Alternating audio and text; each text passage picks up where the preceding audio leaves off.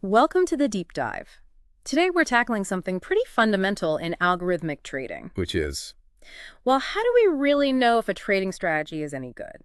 Especially, in markets that can throw curveballs. yeah. The classic approach is backtesting, right? Running on old data, Exactly. See if it would have worked in the past. which, it makes sense. You got to start somewhere. See if the basic idea holds water based on history. But there's the rub, isn't it? History. What about the stuff that hasn't happened yet? The big surprises. Right. Backtesting tells you about the road you've already driven on. It doesn't tell you much about the cliff that might be around the next bend. Precisely. And that's really getting people thinking. Is looking backward enough? Increasingly, the answer seems to be probably not.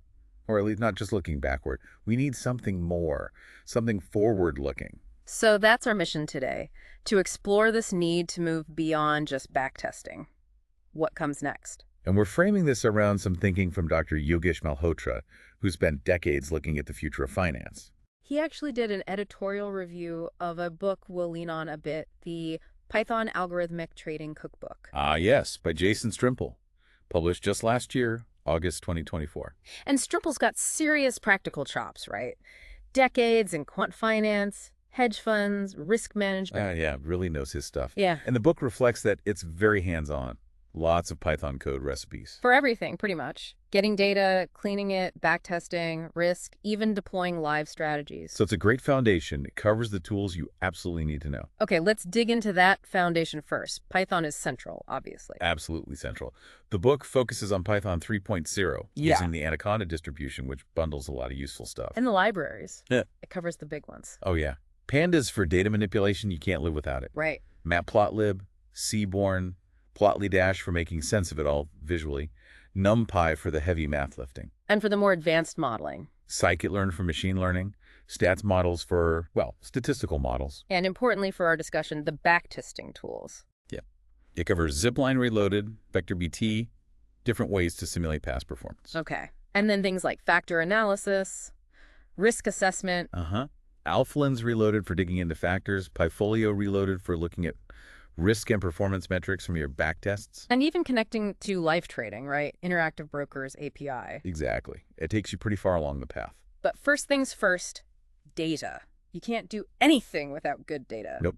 Chapter 1 is all about getting that data. It points you to tools like the OpenBB platform, Pandas data reader, even sources for academic stuff like Fama French factors, free or low-cost options. And storing it, And because that can be a headache. for sure. Chapter 4 goes into that, CSVs, sure, but also databases like SQLite, PostgreSQL, and faster options like HDF5 for when you have tons of data. So the book really gives you the practical toolkit, how to get set up, manage your data, use the standard Python libraries. It really does. If you want to get up to speed on the how-to of algo trading with Python, it's solid. Okay, so we have this strong foundation built on analyzing historical data. But let's pivot back to our main theme. Why isn't that enough? Well, think about it. Financial markets aren't static. They change. You get new regulations, geopolitical shocks, pandemics, things that just weren't in the historical data your backtest ran on. Right. The past doesn't always predict the future, especially when the rules of the game seem to shift. Exactly. And this ties into Dr. Malhotra's point about anticipating surprise. Backtesting is great at finding patterns in what happened.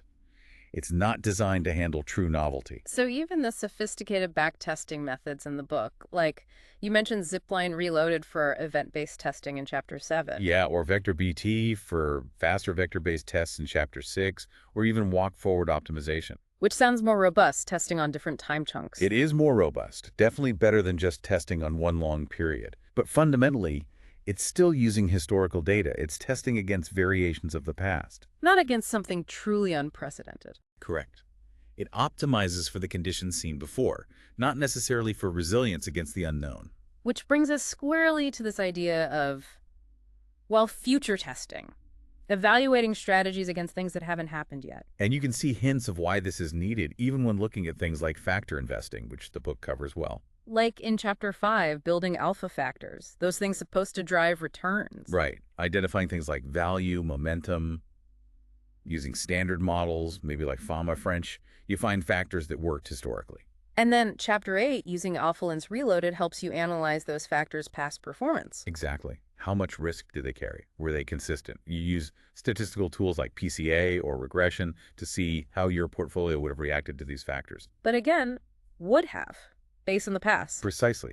A factor that worked brilliantly for 10 years might suddenly stop working or even reverse because the underlying market structure changed. Historical analysis won't necessarily flag that ahead of time.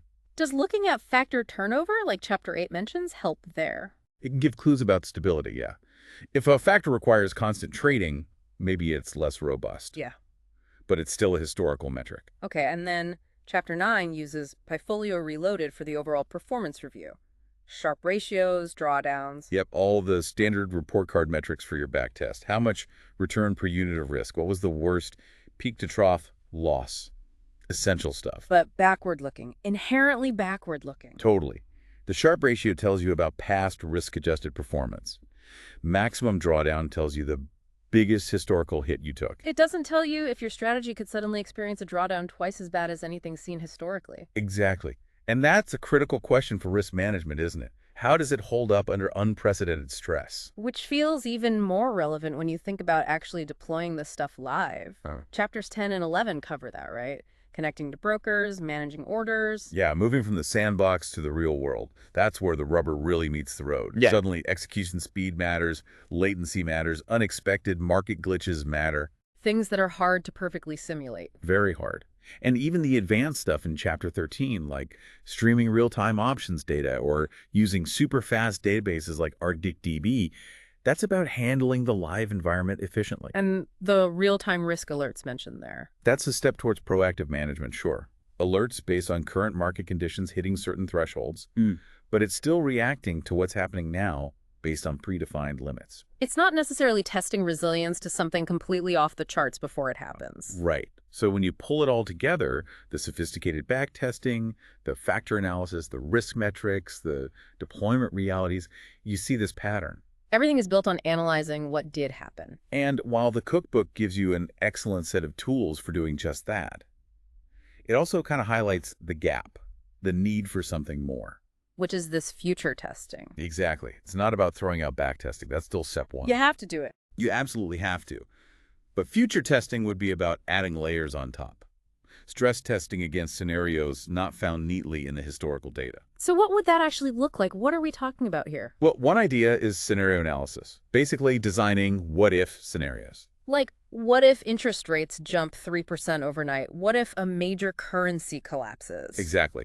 You create these hypothetical, maybe extreme market conditions and see how your algorithm reacts in simulation, like a flight simulator for traders. Okay, that makes sense. What else? Agent-based modeling is another area. Instead of just using historical price data, you try to simulate the market itself. Lots of different virtual traders interacting. Huh.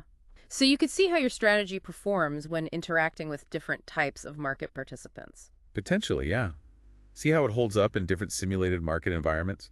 Maybe one's more prone to crashes or bubbles than the historical record shows. And synthetic data. That's another one.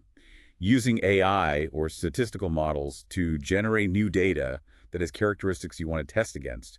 Maybe fatter tails, more volatility clustering, stuff that might be underrepresented historically. So you're testing against data that looks plausible but hasn't actually happened. Right, trying to push the boundaries of what the strategy has seen. And this all seems to connect back to Dr. Malhotra's idea of focusing on surprise. I think so. It's a philosophical shift, moving from just predicting based on the past to trying to build resilience against an inherently unpredictable future. Future testing provides potential tools for that. So the takeaway isn't that backtesting is bad. Not at all. It's crucial, foundational. But it's not the end of the story. For a truly robust approach, especially now, we need to think about adding these more forward-looking stress tests, this future testing. That seems to be the direction things need to head. Building strategies that aren't just optimized for the past, but are designed to be resilient. And books like the Python Algorithmic Trading Cookbook give you that vital foundation. You need to master the tools for analyzing the past before you can seriously think about modeling the future. Absolutely. You need that solid grounding in data handling, simulation, risk analysis. Yeah. It's a prerequisite. So maybe the final thought for you listening is this.